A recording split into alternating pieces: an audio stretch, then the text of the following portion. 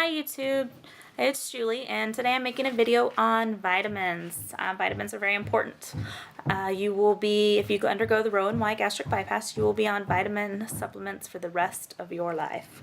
If you don't take them, it can cause some severe problems such as osteoporosis, anemia, nerve damage. The nerve damage can be permanent. So you definitely want to make sure you're taking your vitamins as directed. They did tell us when we wake up to start our morning with a multivitamin. They said actually the Flintstones brand with the orange label, it's the Flintstones Complete. You can take 3 of those a day. So they're chewable. So you will chew your multivitamin, take a sip of water. Also with your multivitamin, they said you can take your iron pill. They want you to have 65 milligrams of elemental iron, which is 325 milligrams of an iron pill. It's the same thing. So wake up in the morning, we do 3 chewable Flintstones multivitamin and 1 iron pill. After you do that, your stomach is full. You're filled up. So then you will wait, and then you'll eat your breakfast, which is approximately about 2 ounces. Now remember, after we take our pills and we have a little bit of water to kind of wash them down, before you eat your breakfast, you have to wait 30 minutes before, with no liquids, you eat, and then after you eat, you have to wait another 30 minutes before you can even take anything else. So after you waited your 30 minutes from breakfast, they want you to start on your calcium citrate. You need to take 1,500 to 1,800 milligrams of calcium citrate a day. So we're going to do that. Actually, what we found they told us to do is it's called Welly's Liquid Calcium and Vitamin D. It has added vitamin D in it. It's a liquid form, and you take 3 tablespoons of that. So 3 tablespoons, I think is approximately a little over an ounce, maybe. I've got it somewhere. I apologize. I didn't have it ready. But it's going to be just a hair over an ounce. So you're going to take that, and once again, you're going to be full. After that, they want you to drink some fluids, like your protein shake. You got to remember, in one day, you're going to mix up a protein shake to get however many grams of protein. It's going to be about approximately a 16-ounce shake. So this one protein shake is going to take you all day to drink. Because you got to remember, you take your vitamins, you have to wait 30 minutes, you eat your lunch or your breakfast, which is 2 ounces. You have to wait 30 minutes. You got to take another pill. We got to wait 30 minutes. Now we got to start our protein shake, which we can only drink 1 to 2 ounces if we're lucky at a time of this. And then we have more vitamins that we have to take. So then you go to 5,000 international units of vitamin D, vitamin D3. So we have to take D3 at 5,000 IUs. So that is what we are taking also on top of it. After that, it's probably going to be time for lunch. So after you do that, you have to wait your 30 minutes. You can eat your 2 ounces for lunch. Then you have to wait 30 minutes again before you can even take anything else. So after the D3, we start on our 1,000 micrograms of B12. Now for me, they said you can do 1 monthly injection, a shot of B12, or you can do a weekly nasal spray. My sinuses and everything, I stay away from the nasal sprays just because I've got horrid headaches and sometimes they trigger headaches. So I personally don't care for any type of nasal spray or any type of mist vaccine. So for me, and also they said this whole entire day can be very overwhelming, I am going to choose to take the B12 monthly injection. So I will get a prescription for that. I'm definitely going to ask for that. Take it once a month. It's going to be so much easier. So for me, yes, I will do an injection. Then they want you to take 100 milligrams of vitamin B1, and that's your thiamine. So you have to take B1 every day. You have to take that every day for 1 year after surgery. I believe there's a level that you can check. If it's where it should be, then I believe you can try to go off of it. However, if those levels do drop down, they're going to put you right back on the B1. So you're going to have to take that. They also want you taking a probiotic daily. It just kind of helps, your gut. It really just helps kind of regulate everything, because you're going to be very sensitive, especially to a lot of things after this. But here you can see in my book, they gave me a whole list of multivitamins. Now, of course, they they do tell you what is recommended and what has worked better for bariatric patients in the past. There is a calcium citrate, a whole page, excuse my notes there, a whole page of calcium citrate, brand specific that you can pick from.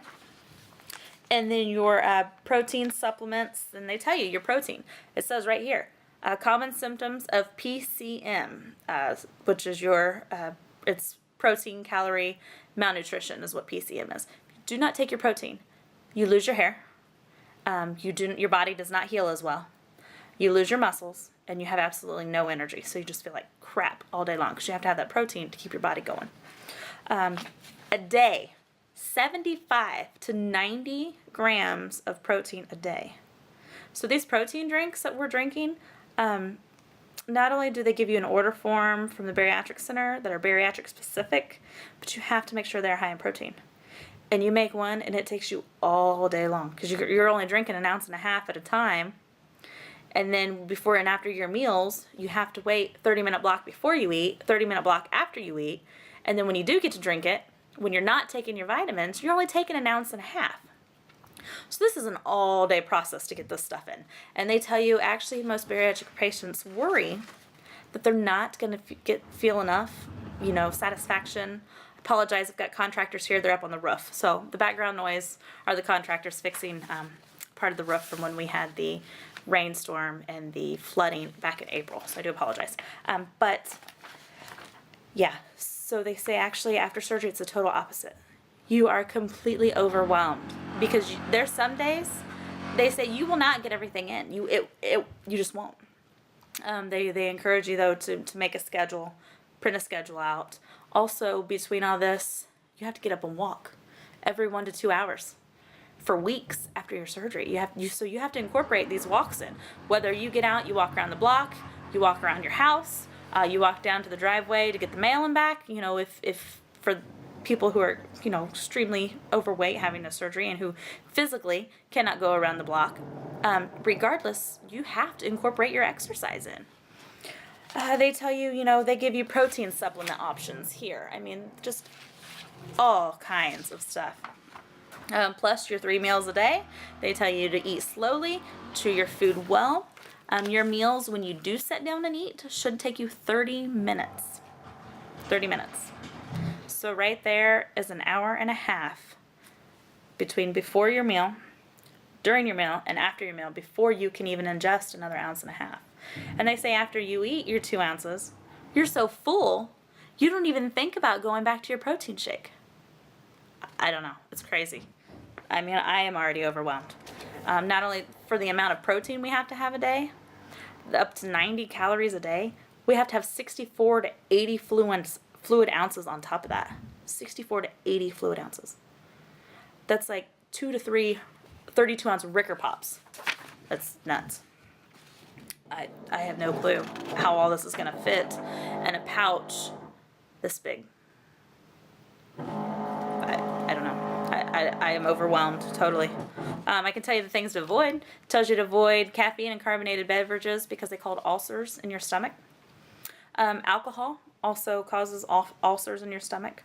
They say for some reason after this surgery it triggers something in their patients where they do get very weird addictions, whether it's shopping, gambling, cigarettes, alcohol, drugs. It could be anything, but they said that they have seen really weird gambling addictions and different addictions come out after the surgery, which is kind of odd. So they tell you to avoid alcohol because they don't want you to become an alcoholic and be addicted. Physical activity, they want you to have at least 30 minutes a day, which if you're walking every 1 to 2 hours, 30 minutes a day is nothing. You're going to get that in. That's going to be easy to do. It tells you to keep a daily food journal and activity log. I have never really been a food journaler. Lord knows in the past I wouldn't want to be a food journaler because I wouldn't want to go back and be like, oh my God, I ate like crap this day. I think that'd be really bad. But after this, they recommend it. So I may buy a notebook and keep it down in the kitchen. The kids are in school all day. I have time. So it's possible. It might, help me. I know these videos help me. It's kind of my therapy. Dumping syndrome. I have talked about that and mentioned that several times. Weakness, sweating, rapid heartbeat, decreased blood pressure, dizzy,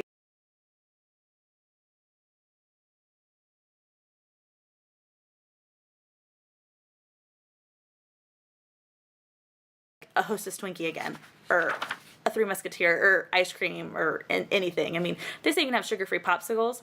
That's probably going to be my go-to. I'm just going to be honest. Simply because they're cold and wet, and who doesn't like a good popsicle? I mean, even though they're sugar-free.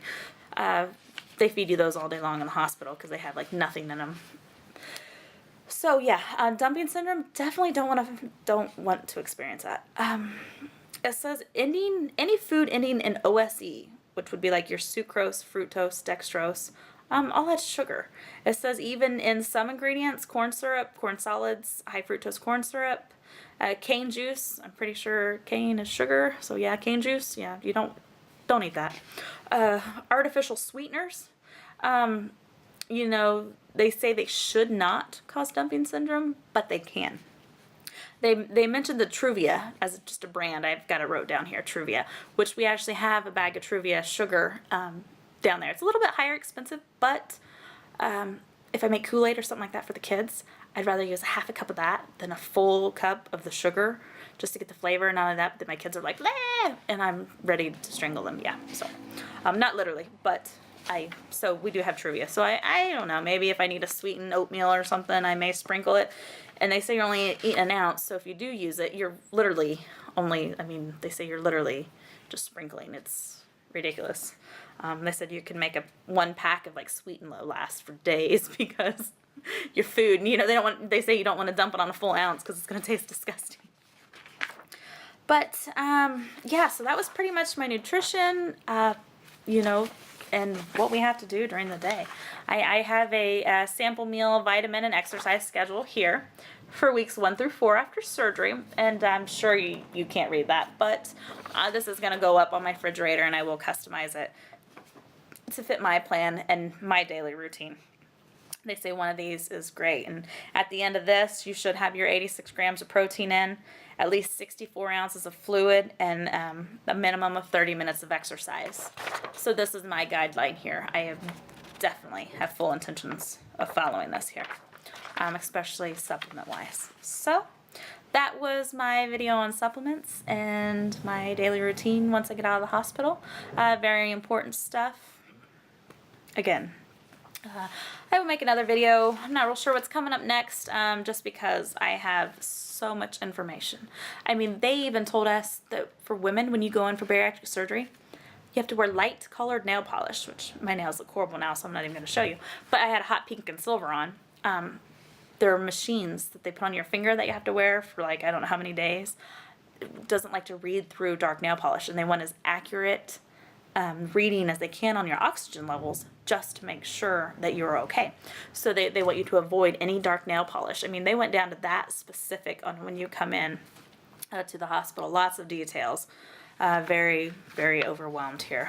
So yes, Xanax have been going down like candy lately. I've got a lovely rash here. I think it's stress, maybe hives, I don't know. But the closer it gets, it's becoming very real. So that's where I'm at today. Today is Thursday, I believe, and August the 15th, 16th. I apologize. I didn't even look. I don't know, 16th, 2013. I apologize. I'm not even going to look. And that's where I'm at. So thanks, guys. Have a good one. Bye.